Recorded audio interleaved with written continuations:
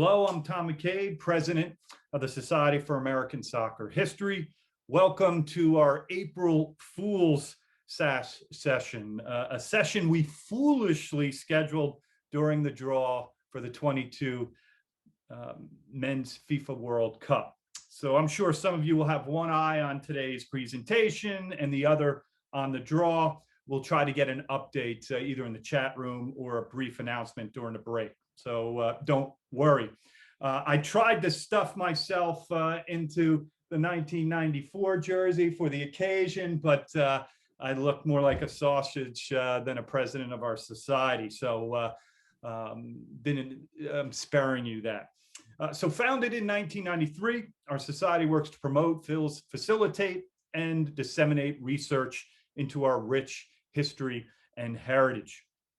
Of course, soccer here in the United States. You can find us best on the web at ussoccerhistory.org and on social media, Facebook and Twitter. If you'd like to join the society, great value as always at $20 a year, or renew your membership, please visit the website and do so through the Join SASH tab. Ed Farnsworth has been sending out reminders. So if you've gotten one of those in the last few weeks or months, please renew today. Ed has also been feverishly working behind the scenes on the website and then announcing a slate of new topics and new events. You can see it under the upcoming events on the right-hand side of our homepage. I'd like to highlight the next two events. Aside from today, we'll have a May 6th session commemorating the 100th anniversary of the American Soccer League. And then on June 3rd, we'll have Michael Lewis join us, another book talk about his Rochester Lancers book. It's been a real good run for SASH members publishing their books. Our committee met last month to discuss a number of important items, as well as plan out this string of virtual sessions. Every group, every society needs idea people, and David Kilpatrick is one such person for SASH. It was his idea to have this research roundtable, and appropriately, he'll be hosting this flash session of mini presentations by some of our members. And we're really excited to see what Stephen and Chuck and Bob have been up to. So thanks to David for today's session. It's idea. We'll have other sessions like it. So if you have something you're working on, please get in touch with us. We'll put you in the queue. So enjoy. Now over to you, David.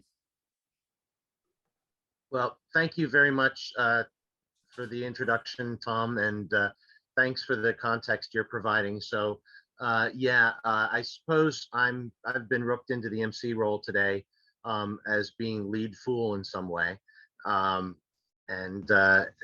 wasn't really thinking about whatever conflicts there could be.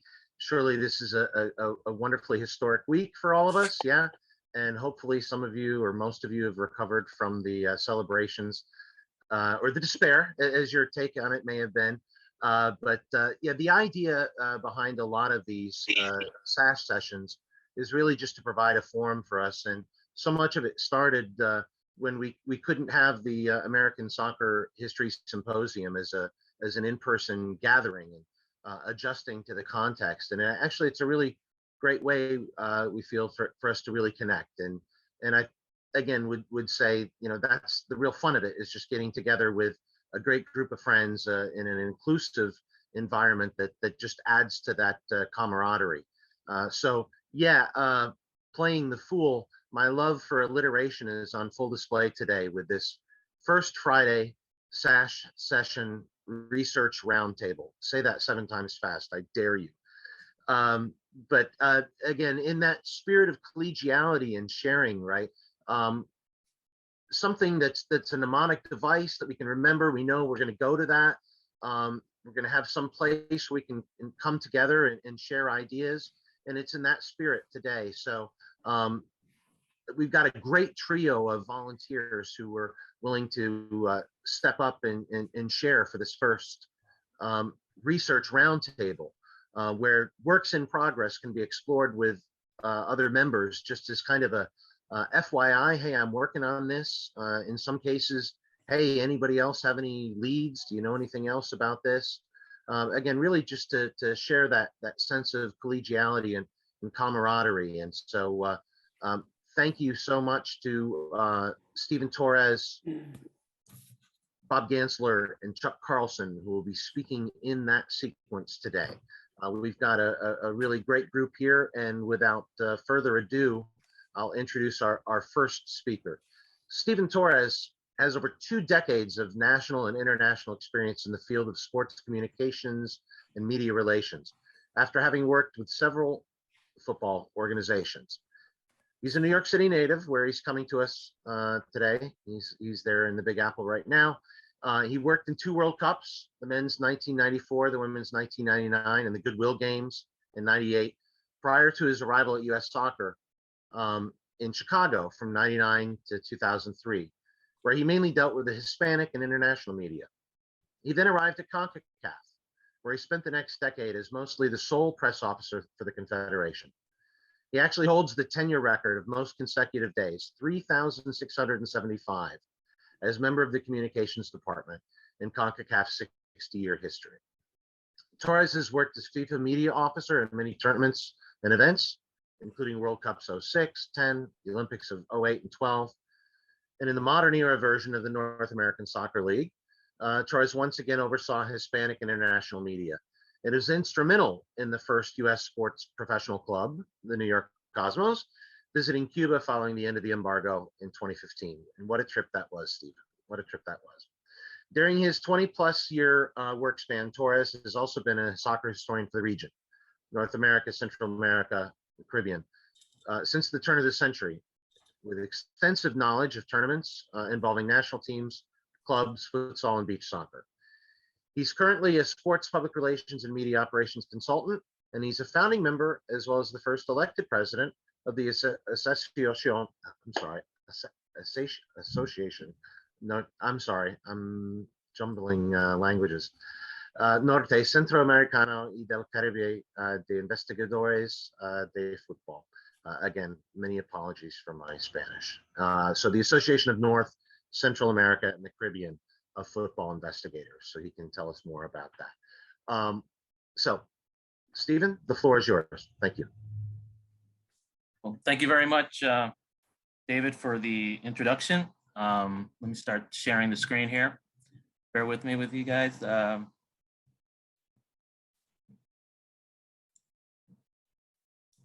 you guys see the slides? Not yet. Not yet? Okay. Well, let's see. Let's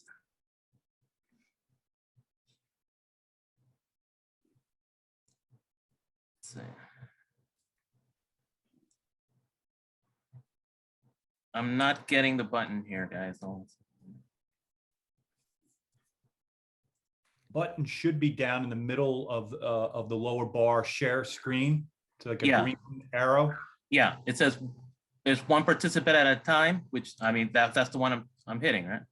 It says multiple participants, but yeah, and you are the host, so you should be able to do it. Okay, there we go. Now you guys see it? Not yet. Not yet? Okay, I'm having difficulty here, guys. So. Sorry. No. We're also keeping an eye on the final draw. Again, apologies that I wasn't thinking about when that would be. I was thinking a little bit more about the game Wednesday than I was the draw Friday. I don't know why. Maybe some kind of unconscious pessimism or something, but here we are in the middle of it. So here we go. Okay. Yeah. Sorry for the delay, guys. Okay. Please will begin. Perfect. So I'll start the timer here, or somebody will time me on this one. Thank you once again, David, for the warm welcome. Much appreciated. Purpose of my presentation here to SASH is to provide them basically what ANSIF, which is the organization that I'm currently president of, that we'll get into in a second, We are celebrating the 60th anniversary of the Champions Cup projects. And most of all, especially for this particular group, we'll be doing the US club participations from 1963 to 1996.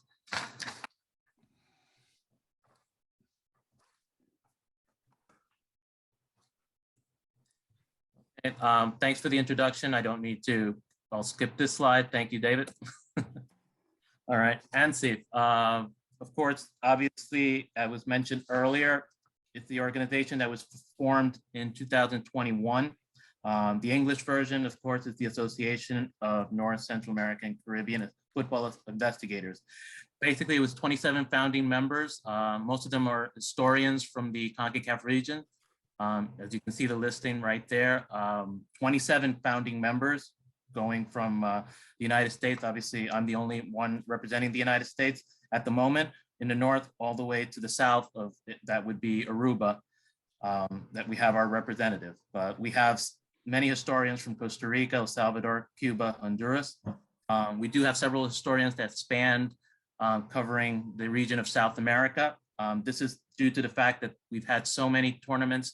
I wouldn't say they overlap, but tournaments that also involve South American countries in our history. Examples are the CAC Games, the Central American and Caribbean Games, the Pan American Games, Copa America, etc.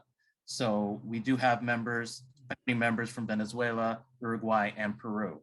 As you can see, one of our board members is Eli from Peru. Basically, our founding members, we decided just to do a specific task and to make sure that our objective is to establish the historical archives of football and soccer in North, Central America and the Caribbean region. Disseminate all the information derived from the investigation and research that means that they considered necessary, whether physical or electronic, to cooperate with safeguarding properties, interests, and individuals, groups, research efforts, and members associations, but most of all, to promote and create in each country in the region, the associations dedicated to helping the investigation and research and dissemination in history in local football/soccer.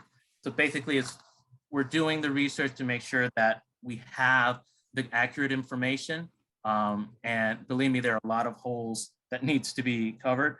I also want to thank, before I go to the next slide, is that several of our founding members who are not on the board of directors at the present time, but have been key in helping me in my research, and especially our key members in ANSIF, Eric Longo, who is from Mexico, Francisco Aguilar of Guatemala, and Rodrigo Calvo of Costa Rica.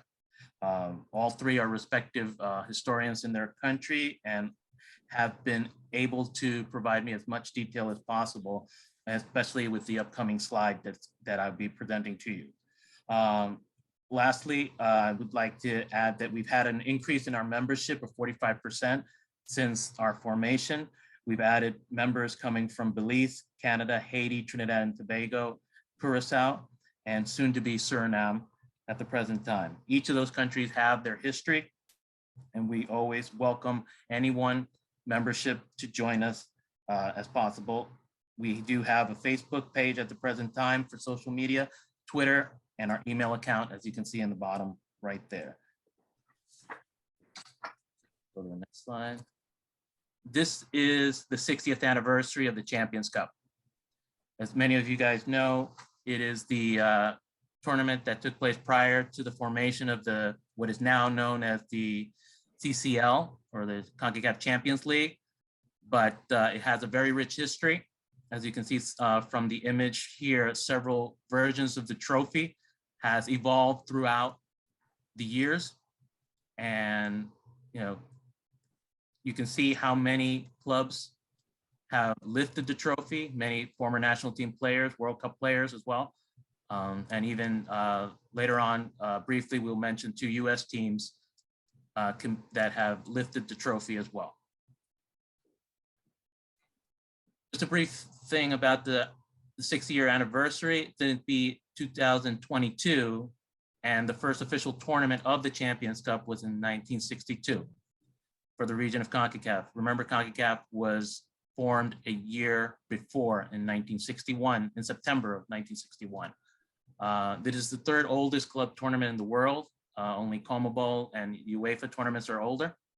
From 1968 to 1998, the tournament winner competed against the Libertadores Cup winner, or the Copa Libertadores winner, for the Inter-America Cup trophy. At 4 occasions, 4 teams from the regions were crowned the champions of the America at the time. Of course, that was prior to the formation of the FIFA Club World Cup.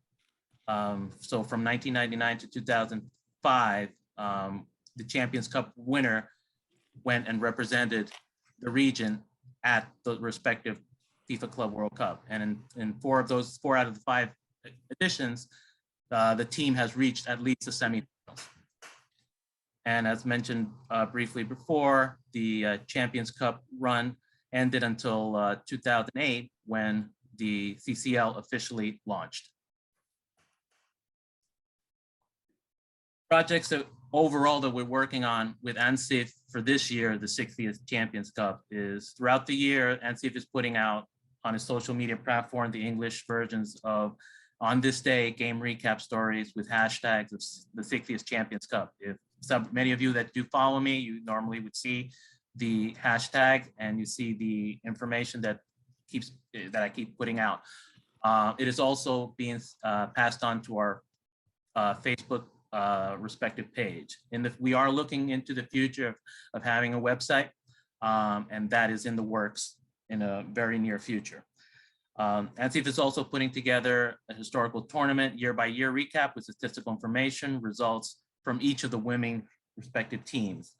ANSIF members are all involved in contributing with the social media platforms, providing key stories, features on players, coaches, teams, videos, etc. But more importantly, and this is when you guys come in, is ANSIF is also researching and confirming complete all details of related to every respective game from 1962 to 2008. How can SASH help? Since our overall project runs from 1962 to 2008, during the time that the Concacaf tournament was taking place, the tournament is to complete every team roster, coaches, travel, delegation, schedule fixtures, the complete match reports. That would be, of course, the typical box score of the lineups, referees, goal scorers, and subs. Attendance is also a key factor. Team photos and action photos are crucial into completing this research. The way SASH can have their assistance with this project is through the US club participation. And the club started to participate in 1963 with the first club, running from 1963 to 1996. Prior to the formation of MLS, you can see that the research it's only 59% complete. From 1997 to 2008, it's 98 research complete. So the key factor is prior to 1996. There you have a listing of the respective champions that represented the US in the Champions Cup, 1963 to 2008. I'm not going to go through all listings of it because many of them have their own respective pages on this slide that we're going to go as quickly as possible. I wish I had more time, but it's only 15 minutes. As you can see, the numbers next to, like for example, the number 3 next to the near participium freedoms is basically the number of times that they qualified to the Champions Cup as the respective champion of the Open Cup. As you can see, there were 11 Major League Soccer champions, of course, MLS Cup, 3 from the American Soccer League, Detroit Express, Jacksonville T-Mens, the Sacramento Spirit or Sacramento Gold, 1 coming from the American Professional Soccer League, that's the San Francisco Bay Blackhawks, 1 from the North American Soccer League, and that was the Rochester Lancers, and 1 from the A-League, and that was the Seattle Sounders, not the Sounders that are in MLS, but the Sounders that were at the USL's A-League. And these are the other respective teams that, US teams that competed at the Champions Cup, but obviously they were not the champions, but somehow they either runner-up, let it be for MLS Cup or the Open Cup. They got their respective berths into the tournament. The one that I will need to find, and I'm very curious to obtain, is the bottom one that you can see is the Long Island Star Hercules. We'll get into more details when I get to their bio, but there's a big mystery on how that team, or if that team actually exists or qualified to the tournament. And it's one that has me very puzzled in wanting to find out if that is actually true. So the official tournament began in 1962. There was no US representative. Of course, the then United States Soccer Football Association, now USSF, sent a club team to compete in the inaugural tournament. The Philadelphia Ukrainian Nationals did not take part, but despite they had done the double, winning the ASL title as well as what was then the US Open Cup, but it was called the National Challenge Cup. As you can see, Chivas from Mexico was the first champion, defeating Guatemala's respective team of Comunicaciones FC to lift that trophy. So let's begin. The first US team represented in the Champions Cup came in 1963, the New York Hungary Soccer Club. The first team to compete, and basically I wish that there was more recognition done for this team, but this team actually in its first respective game against Club Deportivo Oro of Mexico defeated them 3-2 in Estadio Jalisco in front of a crowd of 35,000 behind a hat trick by Andy Matei, a legend in soccer through the cosmopolitan area.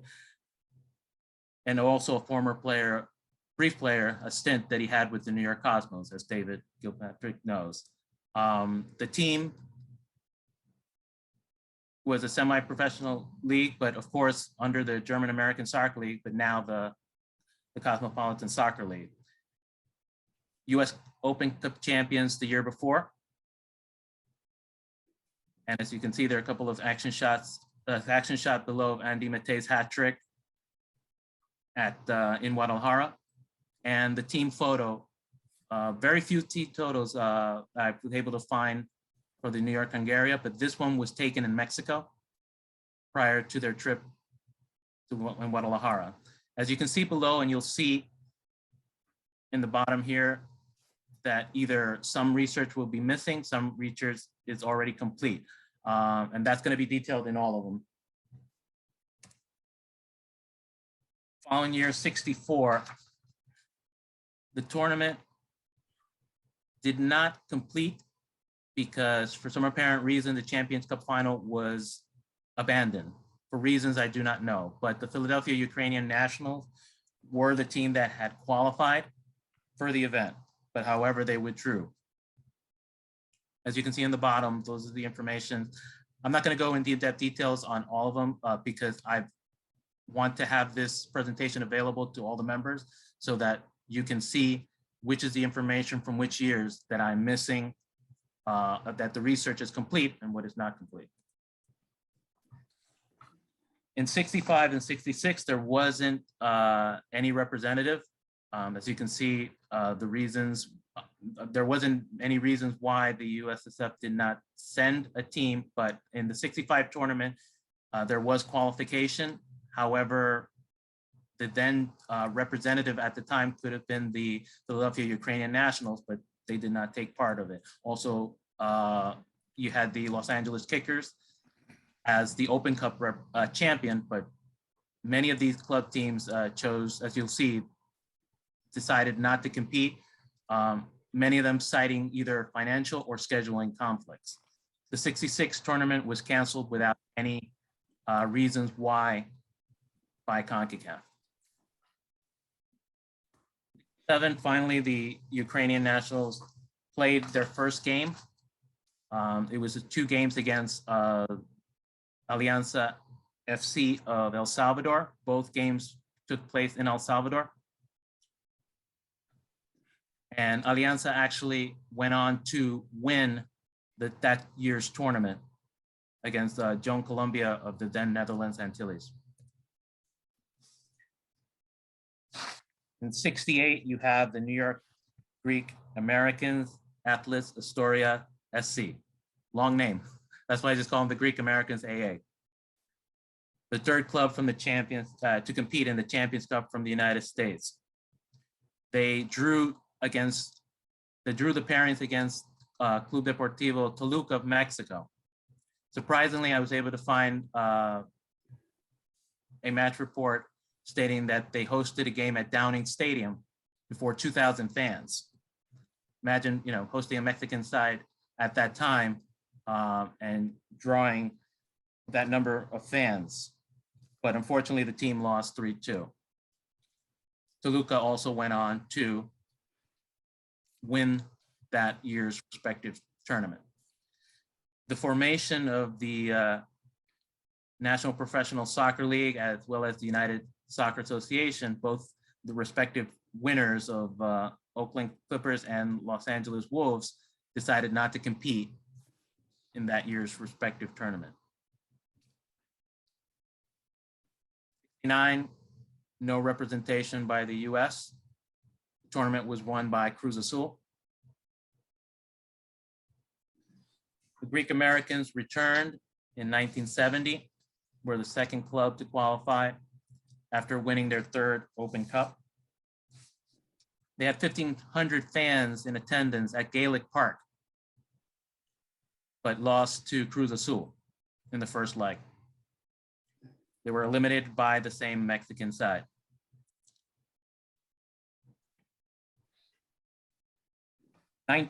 '71, first time 2 US teams competed in the Champions Cup.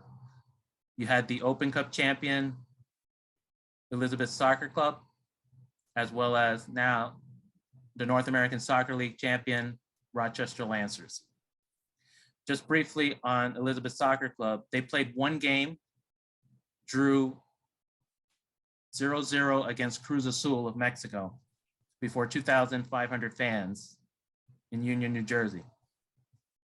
For reasons that I still would like to complete, is the club withdrew afterwards and did not play the 2nd leg. Therefore, Cruz Azul was awarded a 2-0 forfeit and advanced to the final round that was held that year, later that year in Guatemala City. The Rochester Lancers eliminated Pembroke Hamilton in a thrilling series that had to go to overtime. They were scheduled to play against Chivas Guadalajara, but as you can see from the date, and because the Champions Cup, there was never a concrete schedule, many of the teams had to withdraw because of scheduling conflicts. There wasn't like a set concrete international schedule at the time. So it was listed that Chivas was supposed to play the Rochester Lancers in February of '72. They even pushed the finals back. But who wants to go to Rochester in February? So it was decided that Chivas withdrew, citing those respective reasons. And the Lancers advanced to the final group. At the time, they were the most successful US team, posting victories over the Caribbean teams, held the eventual champion Cruz Azul to a 1-1 draw, and then lost a couple of close matches to the host, as well as Alajuelense of Costa Rica. Like I said, Cruz Azul did win their 3rd consecutive championship that year, but it was played in '72. The following times of '72 and '73, no US team was represented, but just wanted to point out the teams that actually lifted the trophy at the time. And I also wanted to see all also the clubs that could have advanced or could have accepted the invitation or qualified. As you can see, the listing of teams for 72, the Dallas Tornado, also the New York Greeks from the American Soccer League, respective champions, chose not to compete, and the tournament was won by Olympia of Honduras. In 73, the first non-North Central American team, SV Transvaal, who is technically listed in the Caribbean, lifted the trophy in an all-Caribbean final. In 74, Maccabee Athletic Club did officially qualify for the Champions Cup that year after winning the Open Cup the year before. We're scheduled to play against the Bermudan clubs in a triangular, but citing either financial or scheduling conflicts, they withdrew from the tournament. No representation. Steve, just Yes. wondering, how many years are you going to take us up to? I just want to make sure we have I'm going as quickly as I can until it's going until 1996. I'm not going till 1996. Yeah. I think we're beyond 15 minutes here, so we need to wrap it up in the next 2 minutes. Okay. I'm sorry. Okay, I will. All right. 75, no representation. That could be 10. 79.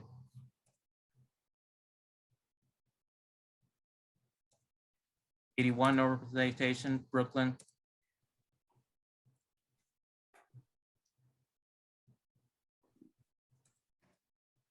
This one is for Peter Wilt, the Chicago Croatians, making it the first team from Chicago to appear in the Champions Cup.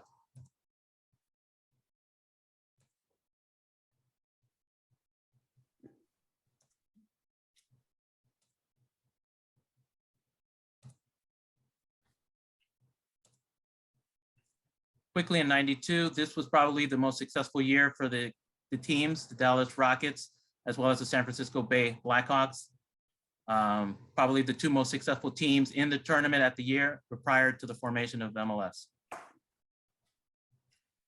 Here, Long Island Stars Hercules, which I do request some assistance from you guys. Little is known from this club. The only thing I know that I was able to obtain is that they're a member of the Astoria Queens-based league, and locally founded in 1948. Any assistance would be greatly appreciated. 95 was the last time no US club represented.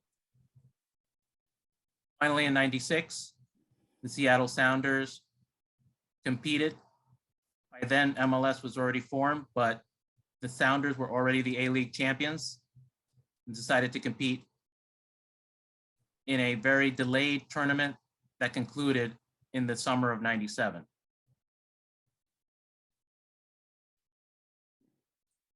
Final results, records of the teams. As you can see, the Blackhawks and the Rockets, not that many teams in the US have been able to have those respective records in just one appearance. These are the results with the addition of the MLS teams coming in. As you can see, DC United and LA winning it in 98 and 2000. On the floor for any questions, gentlemen. Thank you for your patience. Thank you, Steve. Oh my gosh, so many memories, so many of those great clubs, those great teams, so many friends on a lot of those different teams, and then friends who were on the team the year before and stuff like that. It really kind of gels my memory, and I'm sure it does for a lot of others of you on here. I think the LA Salsa really deserve a lot of attention. I got a special place in my heart for them, and so many of those other clubs, especially those New York ones. So I'm sure a lot of you in the audience right now have those kinds of connections and fill in those gaps. And I know both Tom and I in the chat have posted some questions about ANSI. And I know, Steve, you're in a little bit of a rush that you needed to perhaps leave the session earlier. I'm hoping that we can kind of have questions at the end, though, so we can have a little bit more of a nice, free, open dialogue where we make connections between the presentations. So I know Tom and I have raised that question. If any others have questions for Steve, please post that in the chat, and we'll keep that in mind for when we get back to that. So Steve, thank you. And I know you felt a little pressed for time, and certainly, you know, this project deserves a dedicated session just to itself in one day, right? And again, the idea for this today is to get an idea of what people are doing, right? So if you don't follow Steve in social media, I put the social media for all three of our speakers in the chat. Steve is really valuable every day with his on the days. Really valuable. It's kind of a go-to for me daily. I check to make sure what he's posted that day, because there's always paths for research throughout that. I know we'd like to hear more about ANSI and maybe how SASH can kind of collaborate with that. So Steve, thank you so much. And any questions for that we can have till later. Hopefully you can still stick around. Hopefully we can get to that. But our next speaker, Bob Gansler, you may recognize the surname, of course, right?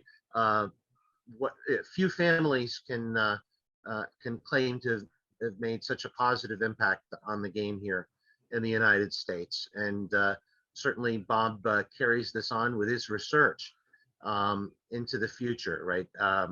So it's always great to have those our legacy members bring so much special insight to the table, and but Bob's so much more in terms of his research project, which has been shared before in terms of club historians, you know, focusing on clubs.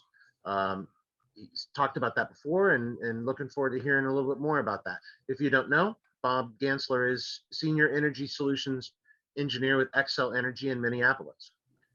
During his playing career, Bob was part of 3 storied programs. Again, those great clubs of America, Bavarian Soccer Club, right? Bavarian Soccer Club, what a history. Marquette University High School, and of course, Princeton University. Go Tigers, go. Bob is the historian of the Bavarian Soccer Club. In 2020, he produced a documentary about the club's 1976 National Amateur Cup title. So without further ado, Bob Gansler, the floor is yours. All right, let me get the presentation going. So hopefully that's showing. Thank you for the introduction, David. So I titled this Still a Paperboy, since I'm talking about the soccer coverage in Milwaukee's German newspapers. I had been a paperboy for 6 years that I then passed on to my brothers. So that's another tradition within our family. I'm going to be speaking primarily about 2 of them, the Milwaukee Herold and the Milwaukee Deutscher Zeitung, which means the Milwaukee German newspaper. So originally, when I started digging into Bavarian soccer history and then expanding it to Wisconsin soccer history, that I was using the Google newspaper archive to get the local newspapers, the Journal, the Sentinel, the Journal Sentinel, once they combined. And as the years went on, I then accessed newspapers.com to find the newspapers for other cities and towns within Wisconsin that covered Wisconsin soccer, and then also some things that I was finding in the Chicago Tribune for the various games between Wisconsin and Illinois teams. And most recently, I found that there was a Croatian newspaper in Chicago, the Danica, that covered the Milwaukee's Croatian Eagles team. So I found a number of articles and box scores associated with that. But after I had exhausted the Google newspaper archive of the Milwaukee papers, and unfortunately, I can't get to them anymore. They're not online anymore. And after going through the various Milwaukee or Wisconsin newspapers, then it was time to go into the German newspapers. I had gotten some physical copies from some older club members that I inherited, so I knew that they existed, but I didn't know much about what was in them. So a number of years ago, I happened to be going by the Minnesota History Center, which was on the way to my kids' high school, and I decided to stop in and see, well, what did they have in terms of microfilms of newspapers? And what I found out was that even though it's a Minnesota History Center, that they had Wisconsin newspapers because they were actually printed in Minnesota, in the town of Winona. So they had the collection of the Milwaukee Herold, which was published from 1861 to 1982. From what I've been able to find, that there really wasn't dedicated sports coverage until 1951, and that went until it went out of print in 82. That it was published twice a week until 1964, and then just once a week from 1964 to 1982. So as I've been going through scanning and clipping articles, I found that there really were three different sport redactura, the sport editors, that the first Louis Zimmerman, Paul Degenhardt, and then Gunther Heinrich, which I have found out that at one point or another, all three were members of the Bavarian Soccer Club. And well, we'll see that Louis Zimmerman's history with soccer coverage goes back even before 51, that he and his brothers had been members of the Bavarian Soccer Club, but at some point they were actually expelled, and I haven't quite figured out the reason why. Paul Degenhardt was at one point the manager of the Bavarian team, and then later of Milwaukee Sport Club, and Gunther Heinrich was a player, manager, and at Bavarian Soccer Club as well, being the sports editor and publisher of the newspaper for a number of its years until it ceased publication. So as I've gone and clipped articles, what I found is that, well, the coverage of sports and club news shrank over the years. When sports coverage first started in 51, there was an entire page, another entire page at least labeled as out of the sporting world. The bottom section had stuff, material out of Sheboygan, but that actually has proven to be useful as well, because there was a Sheboygan sport club up there, and so there'll be information about soccer there.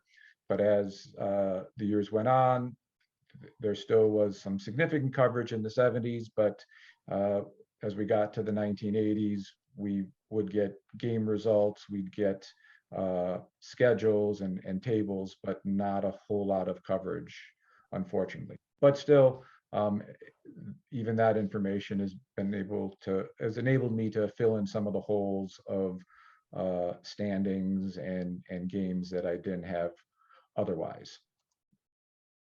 So in terms of making it useful to a more general audience, translating the material, well, from 1964 to 1982, it was in a Latin alphabet, so makes it easy to read and then relatively easy to translate. But from 51 to 64, it was written in a Fraktur script, which is very elegant and beautiful, but definitely difficult to read.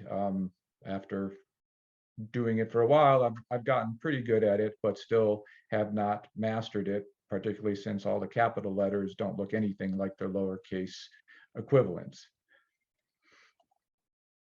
So what I've done in terms of translating, I mean, I can, as I read it, my German's not perfect, but I can, for the most part, understand what the articles are about. But I found that there are tools that can make the translation go a whole lot faster. So I've been able to, using graphics programs, to put then the articles onto a Google Drive, and Google then can do optical character recognition and turn that into text.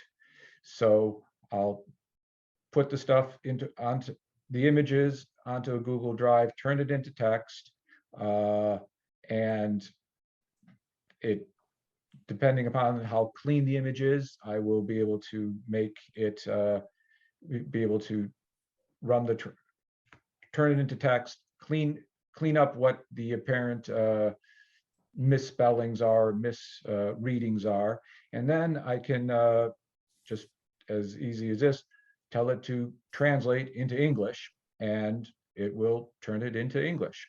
And then I'll go through and clean up where there might be some mistranslations or things that don't make sense, or when people's names get butchered.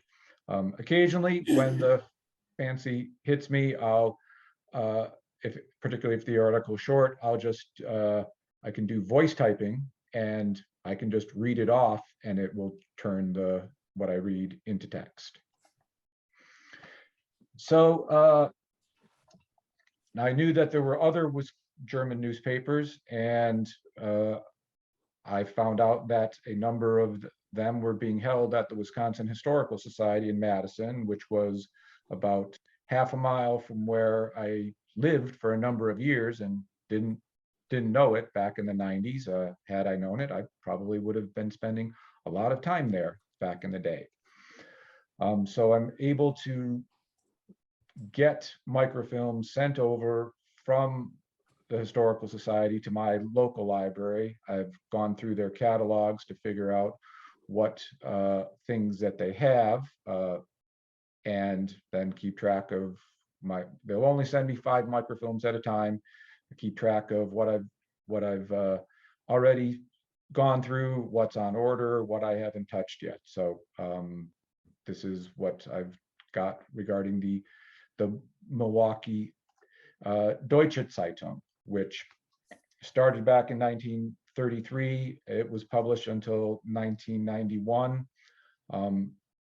So from what I have been able to find so far, that sports coverage started in 34, went to at least 1949. And I know that because I have an actual hard physical copy of an article from 1949. I know that there was sports coverage. I've also got something from 82, but it was something that was published quite regularly. It was published at least through 1943, published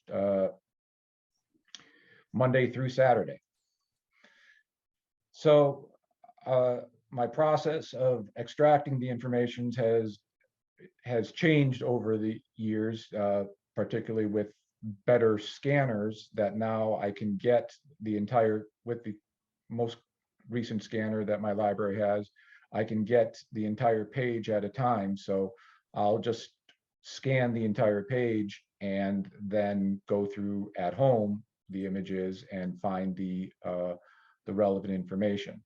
So you can see they had an entire page of sporting information every single day. So I'll look through for the stuff that I'm interested in. The headlines are a giveaway. There are sections that are always going to have something about the soccer clubs, the sports calendar, the sections about the gymnastic and sport clubs, and then club news. So what I'll do is I'll find what the relevant sections are. I'll, using a graphics program, pull those things out. Occasionally I find even other things that I know might be relevant, like the IGDS, which was an association of German Sportvereine, sport clubs, so beyond just soccer.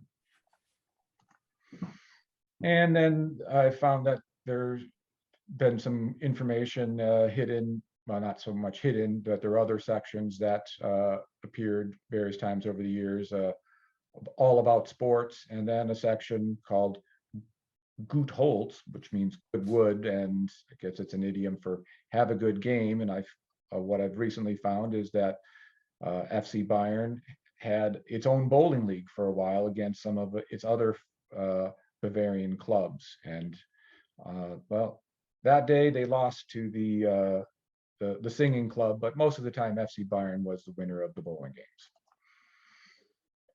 So what I do to condense what I've found using the graphics program GIMP is to pull out the various pieces of information and put them all into a single image that then I can put on one page for where I keep things collected.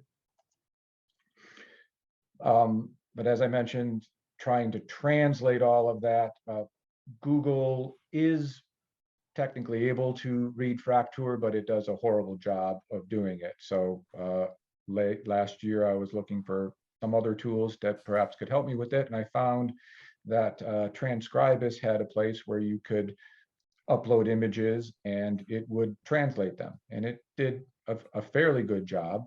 And digging deeper, I found then that they have a program free that you can download, and you'll get like the equivalent of 3,000 pages of translations for free. I haven't gotten to that point yet, but Bob, 2-minute warning here to Okay. wrap things up, and then we'll get to the third. Thanks. Got it.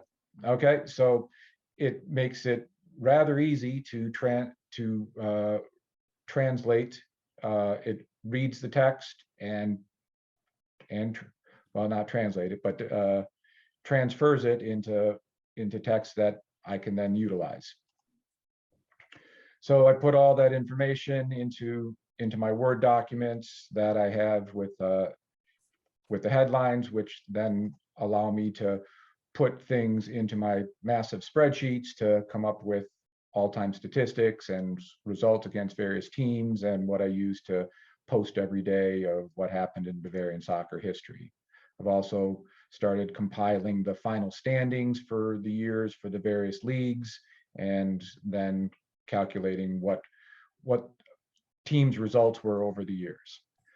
So in terms of what's next, well, I crossed off some of the things that I had on my what's next list the last time I presented. I've only really got 2 of them completed, but I still have a lot of other things to do. So that the variety allows me to switch gears if I start getting burned out on doing translations. There are other things that I can do to keep myself motivated to continue doing this. And that's it. Wonderful, Bob. I just took reclaiming the host. Let me give it to Chuck right now. Chuck, I am making you the host. We lost David there for a bit. He's rejoining, but I want to say a comment on that. So Bob was a teammate of mine in college, and he was an engineer, and I was the historian, and he played right in front of me. So I was always, behind him, if you will. And I feel so behind him now on the use of this unbelievable technology. I think it's a real model, in particular for foreign language newspapers, and kind of unlocking, a whole new realm of soccer history in the United States. So thank you for showing us how to do that. I would imagine some people are going to be chasing you down to say, how did you do that again? So, wonderful presentation, and clearly, massive help to researchers out there, doing, stuff not only in English, but clearly, other languages. So bravo. Glad to call you. So Chuck, you definitely have the host right now. So if you're going to pop your slides up, that's great. I'll give an introduction to Chuck here in a second. I do want to just say, Patrick, I think you may be a few seconds ahead of the FS1 feed. So careful with any spoiler alerts. But does anybody, should I go ahead and announce we got what we wanted, at least me? Yes, go ahead. 1950, baby. Let's do it again. So England, US. Group B. That's what I wanted. I'm sure a lot of you wanted that too. We got England in Group B. So, oh, what a week! What a week! More to come. So we'll keep an eye on that. Thank you very much, Bob. And sorry I got bumped off. Thanks, Tom, for covering for me there. Chuck Carlson is currently club historian for the Chicago House AC, which led to interest in Illinois coalfield soccer history.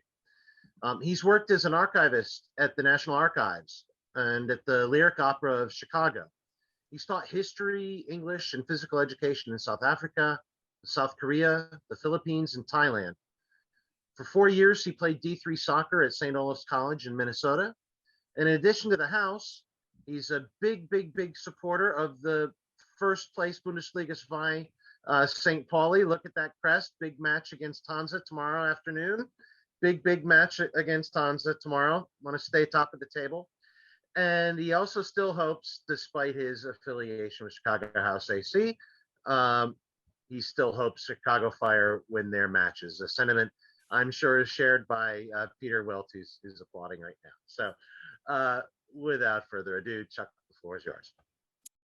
All right, so from the global to the hyper local here, I'm going to talk about Chicago soccer history a bit, and moving from Chicago to the coalfields. And starting out here, does anyone know what this picture is? Anyone on there? That actually is the Braidwood nuclear power plant in Braidwood, Illinois. And as someone who grew up around Chicago, all I knew of Braidwood was that nuclear power plant. So when I did my first trip down to the coalfields area, I saw that giant nuclear power plant. And I thought of US soccer. And I stood back, and as you look at that second picture there, that is a pond. That is the cooling pond for that nuclear power plant, which in my metaphor of US soccer and US soccer history, I look at that pond as the US soccer history, that we're skimming the surface of what's there. But beneath it, and this is the reason that I came up with this metaphor, is beneath that cooling pond is the town of Torino, Illinois, which at the turn of the century was a thriving mining community that had, in addition to an excellent basketball team, an excellent soccer team called the Torino Athletics. So my metaphor is that soccer, we're skimming the surface. As we dig deeper and get hyper local, we're going to find some pretty interesting stuff. So where is it in Illinois that I'm talking about? The X's there represent Chicago at the top of the screen. St. Louis is down at the bottom. The area I'm focusing on is along the Illinois River Valley, which is, or the Illinois River, which is the blue lines there. And then the purple shows exactly the mining communities that I'm talking about. The little dot down by St. Louis, that's Gillespie, Illinois. But the circle that I'm looking at is related to Braidwood, Coal City, and some other communities. So that gives you an idea of the location of where they were. So anytime anyone who knows something about soccer in Illinois and knows about the international game in the long term, they know this headline, that there was a team from England that came to play in the coal fields of Illinois in the early 1900s. Literally, if I go into a restaurant and say I'm interested in soccer, oh, you must be interested in the game between the USA and England that took place in Coal City. And in fact, in 1909, there was a match between the Pilgrims of the UK and the Coal City Maroons. There were 22 games played by the Pilgrims on that tour of the US. 2, they lost twice, but they drew 4 times. 2 of those draws were against Illinois teams. Gillespie, a 1-1 draw, and Coal City, a 0-0 draw. So where does it start? It starts in Braidwood, where that giant nuclear power plant is now. And at that time, the Braidwood team was mainly made up of Scottish miners. Coal was discovered in 1865. In 1877, there is a strike, and you begin to get a bit of a diverse migration into the area. So not only people from overseas, from Scotland, from British areas, but you bring in Eastern Europeans as well, and African Americans coming up from the South, working in the mines of Illinois. In the 1880s, soccer begins to take off with those immigrants from Scotland. In the 1890s, this Braidwood team becomes very, very competitive. And in fact, if you remember from the Corinthians presentation, in 1893, as part of the Columbian Exposition, there was an idea of creating a World Cup-like event. It didn't happen, but for Braidwood, it did. Braidwood players played in that tournament. You still will see mention of Braidwood's World Championship soccer team from the 1890s. Now, what's interesting is of the 11 players, 10 of them were Scottish, but one of them was Belgian. And that Belgian, he's sitting in the lower right-hand corner there. His name is Anton Cully, and he was actually brought to the United States when he was 4 years old. So he really learned the game in the United States. You can see the team's also very good. They're playing against the Chicago Swifts and winning 7-0. So the quality of Braidwood soccer is high. Now, as the coal mining expands to other communities, you get towns like Braceville, Illinois here, which is a smaller town, a suburb essentially of Braidwood. But with the soccer, what happens is instead of just competing against Chicago teams and others, they begin to form their own league. And that's the Illinois Valley League in 1904. This is an actual medal that was given to players in the Illinois Valley League. Now, Braidwood and Coal City had initially played against Chicago, but again, they start playing their own matches in these local communities. This is a picture from 1914, 1915, the Eileen Cubs. So the Illinois Valley League is made up of numerous teams, local teams in there, from the Eileen Cubs to the South Wilmington Ragers. Braidwood continues to participate. You get the Braceville Blues there participating, but one of the biggest ones is the Carbon Hill OKs. In the 20s, there's some additional leagues that continue, Joliet, Marseille, Shabona, but these are all within the Illinois Valley. So Carbon Hill, that's a picture of Carbon Hill in about 1910 from one of the mining hills of the area. So the town is founded, there's about 2,000 people. 1893, you get soccer beginning. By 1904, the Carbon Hill OKs win that inaugural Illinois Valley Cup. The names that are in there on that team are important in this area. You get the Tallmans, the Smiths, the Kelly. By 1910, the population is decreasing significantly, dropping by more than half, but the soccer is continuing. And why is that? You got young people playing the game. The little mascot in the front, that person's name is John Vidano. The name Vidano will become very important in US soccer, as well as the Tallmans. You can see from their kit there, the Tallmans got the stripes. By 1914, 1915, you get the hoops in that area. But Carbon Hill soccer is an important element for Coal City. And in fact, in that international match, many of the players were from Carbon Hill, not Coal City. Coal City's a bigger town. It's still got 5,000 people in it. The advantage of a 5,000 person town is they have pretty decent archives. So there'll be quite a bit of documentation about the area. Coal City was successful in the Chicago leagues. There were important players like Beefy Archibald, who the Pilgrims were very impressed with. But sports is very important. So this picture here is of the Coal City Dewdrops. We're not a soccer team, they're a baseball team. Baseball, basketball, and soccer are the three sports in the area.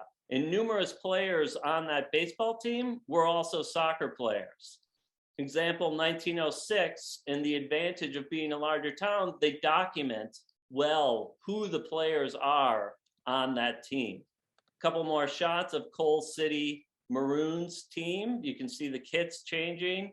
The last picture there in the corner with the stripes, the mining company begins to provide the uniforms because of the success of the team. This picture here is from South Wilmington, one of the other areas that is of importance. So players from the coal fields, by the time I'm talking about, are USA-born players. And they are also spreading out. For example, the circle person here, his name is Red Oberta.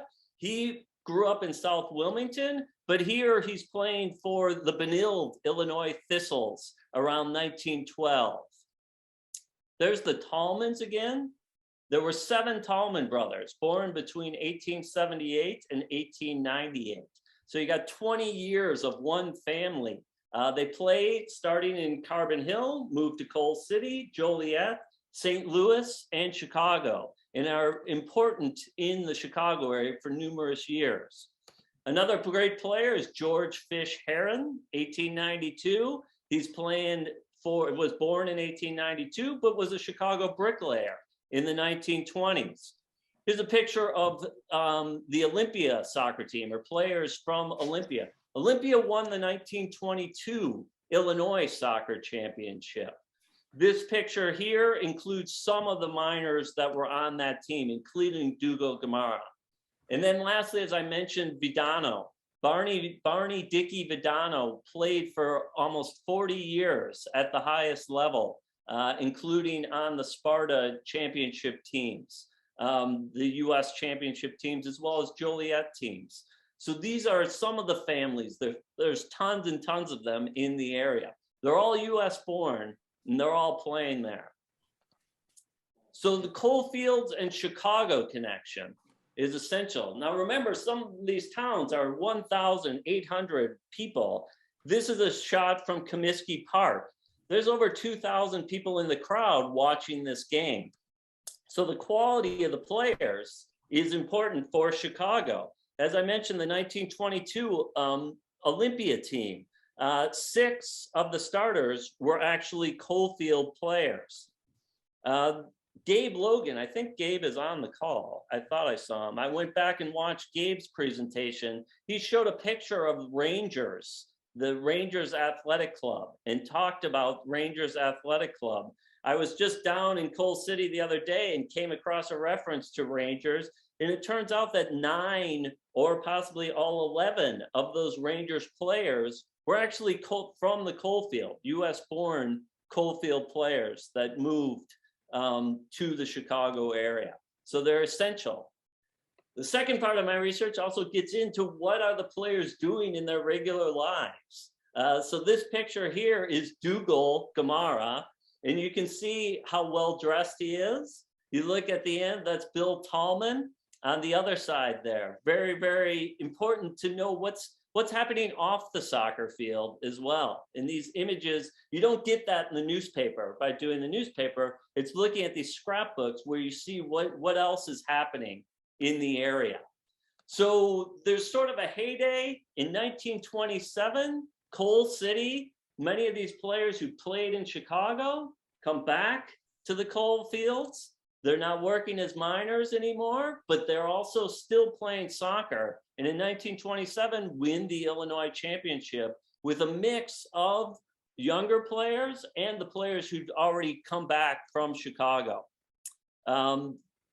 Throughout the area, soccer starts to move a little bit west. Dalzell, Illinois, which is an interesting in the 1930s and 40s, are very successful with an Italian team. but they weren't the first Dalzell team to be successful. This is from the early 1900s, the picture of that team. Again, in the 1920s and 30s, Dalzell is participating around Chicago. But so what happens in the area when everyone has moved out? By 1920, there's only 200 people living in Carbon Hill, Illinois. But Carbon Hill inaugurates a homecoming, and soccer is an essential element of that homecoming. So there's great documentation of the players. These are players from that 1904 team are coming back every year, and soccer is an essential element of the homecoming festivities. Now, another important part of those homecoming festivities, as there's fewer players, they import Chicago teams. And the Chicago teams that they bring down, there's two of them in particular, Necaxa and Atlas, which are Mexican teams that are coming to this coal area. So soccer is a bridge between communities in the area. So a quick summary of what I've been doing. I need to get back to Braidwood, Braceville, South Wilmington, and Joliet to research a bit more on the specifics of it. The social climate of the area is very important. As I said, this is really focusing on men and the boys' game, but the women's game, women play softball, they play basketball, and it's documented very well in the newspapers. The soccer is a little bit less so. This picture here is Kate Gamara, the spouse of Dougal Gamara, winner of the 1922 Peel Cup. She's wearing the Olympia jersey. She's got the Peel Cup with her. Whether she was a player or not, I don't know. Here's another picture I just came across the other day. I don't know the team. There's no marking, but if you look in the middle, there's clearly two women who are wearing the jersey. This is clearly a match with fans. So I don't know if this is a one-off shot or whether the women's game participates more. I know in the high schools in the 1920s, there was definitely intra with girls soccer. I'm starting to find some inter-school soccer competition among girls in the 1920s. So I'm hoping to find a bit more about that. The other thing is the diversity. I mentioned African-American miners coming up for jobs. One family in particular that came to Carbon Hill was the Norwood family. If you look at this picture here in the front row, you'll see Claude, Alex, and Topsy Norwood, along with some Tallmans and some Smiths and some Joneses, so soccer players. From 1901 to 1915, there are at least 3 Norwoods who are playing on the Carbon Hill team.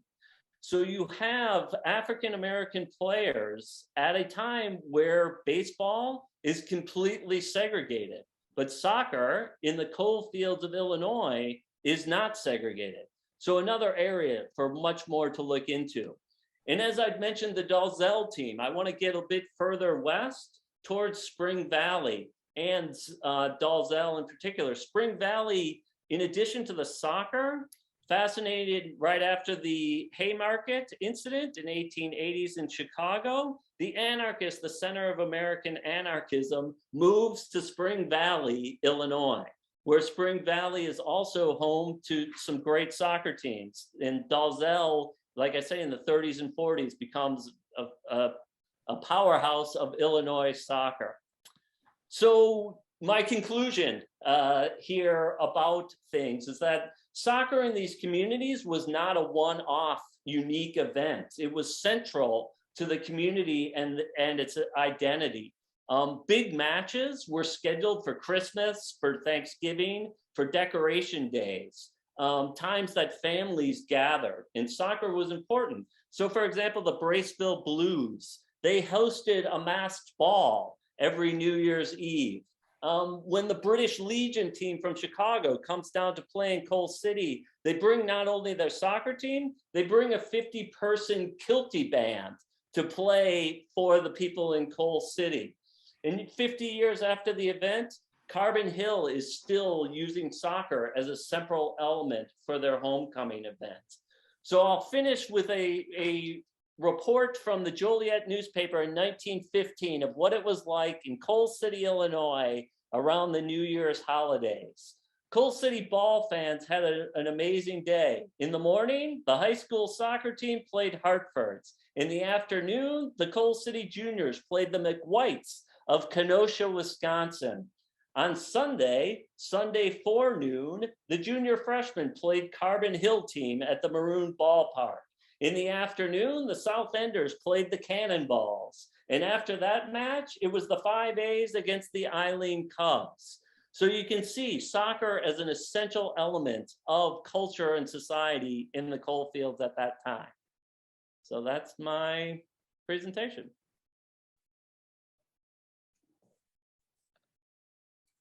Thank you very much, Chuck. And yeah, I'm awfully glad you were able to share the visuals. The photos were a really important part of that. So thank goodness, thank goodness. We are beyond the 90-minute mark.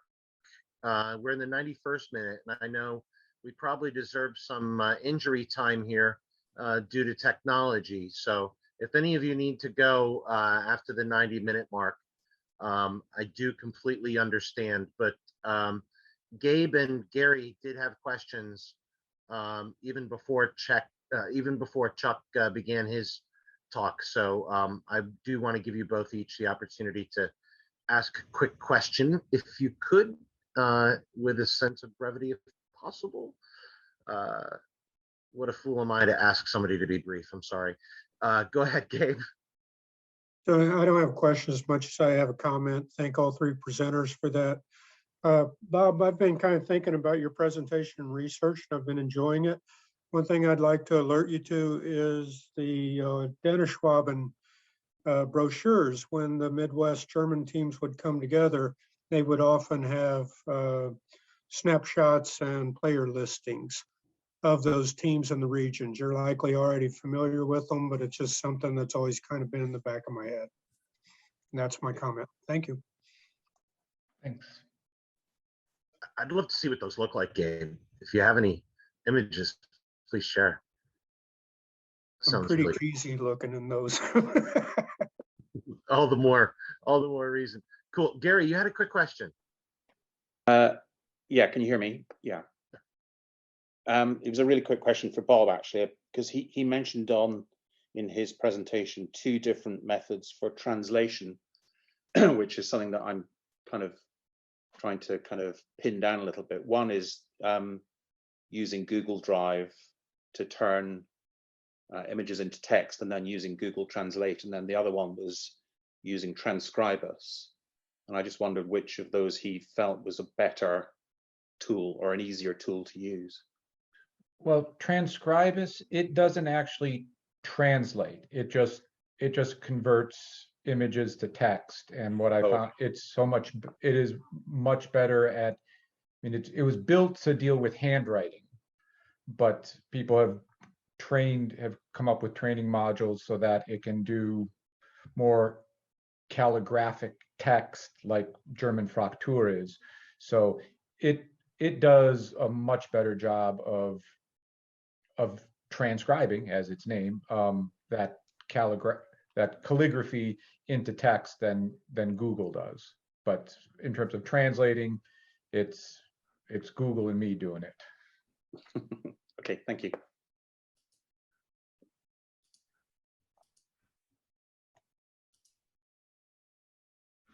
I do want to point out the last team in our opening round is still yet to be determined from the European playoffs. So a little bit of delayed gratification with that. Yeah, it'll be interesting.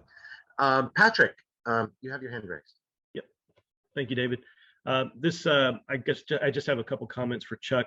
The one is this is an interesting presentation, and it mirrors, I guess, a lot of what I've done with research into the Birmingham, Alabama leagues, the semi-pro and amateur leagues. So we may want to compare notes on that. I do know of a number of the coal mining communities in and around the Birmingham district that were essentially wiped out during the violent United Mine Workers strikes of the turn of the century. Illinois was where most of those people ended up. So we might want to just, like I said, compare notes on that. And then the other thing was, it was kind of interesting going through your presentation because I have a connection. My grandparents on my mom's side we're both from Cherry, Illinois, which is just north of Spring Valley. So I was getting my geography there. There's no history of soccer playing, but they were Italian coal miners in that area as well. There is history. Cherry played against those teams, and Cherry is actually very famous for the 1909 coal mining disaster, one of the most essential. But they did also play soccer.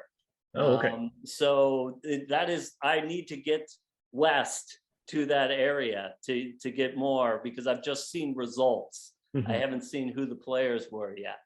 Okay. Yeah, there's no history in my family that I know of, at least on that side. On my dad's side, yes, in Fall River, but not here. Thanks. Yeah, you know, we follow those threads of the textile industries, but I married a Pittsburgh girl, so might be a good reason to triangulate that with the really rich Western Pennsylvania scene too, and see if some names kind of go from one place to the other. Might be really neat to check that out. Well, if there are no other really urgent pressing questions, we've gone deep into 6 minutes of added time. So just want to thank our three speakers, Stephen, Bob, and Chuck, for really fascinating presentations. Again, we want to keep things going with First Fridays. So if you'd like to present on your research, it doesn't have to be so formal, right? And if you want something that would take an entire session, we'd be happy to accommodate and fit that into the schedule, right? It's not that we don't have space for that. So you know, the idea here is really to build upon our sense of collegiality and to be, you know, sharing ideas and things like that. So thank you again to our three speakers sharing their really great research projects, and hopefully it's been a little bit of fun in this kind of weird way to share in the World Cup draw as we're doing it, right? Watching, you know, mediated through a variety of screens. Any other thoughts, questions, concerns anyone wants to have? Or Tom, you want to walk us out? I made a comment on the first two presentations. I'll walk us out with the last one. There was a great documentary that I've watched over here on Shankly and Jock Steen, and at the beginning they talk about coal miners, and it was kind of the elite of the working class, right? And they walked with a swagger, you know, they had this lingo, this aura about them, and the great clip, I think the end of it is they called themselves the Lords of the Underground, right? So to mirror or piggyback on David, we have this huge textile influence on early American soccer, and it's great to see, you know, the coal mines, you know, pulling a shift as well. But thank you to all. Wonderful to see all this, you know, fertile work going on in the society and around the country. Just wonderful. Thank you. Patrick, did you have a question, or are you all set? Great, I saw the hand raised. So thanks everyone. I guess we'll stop the recording now then. Thanks. Bye-bye. Everyone. Take care.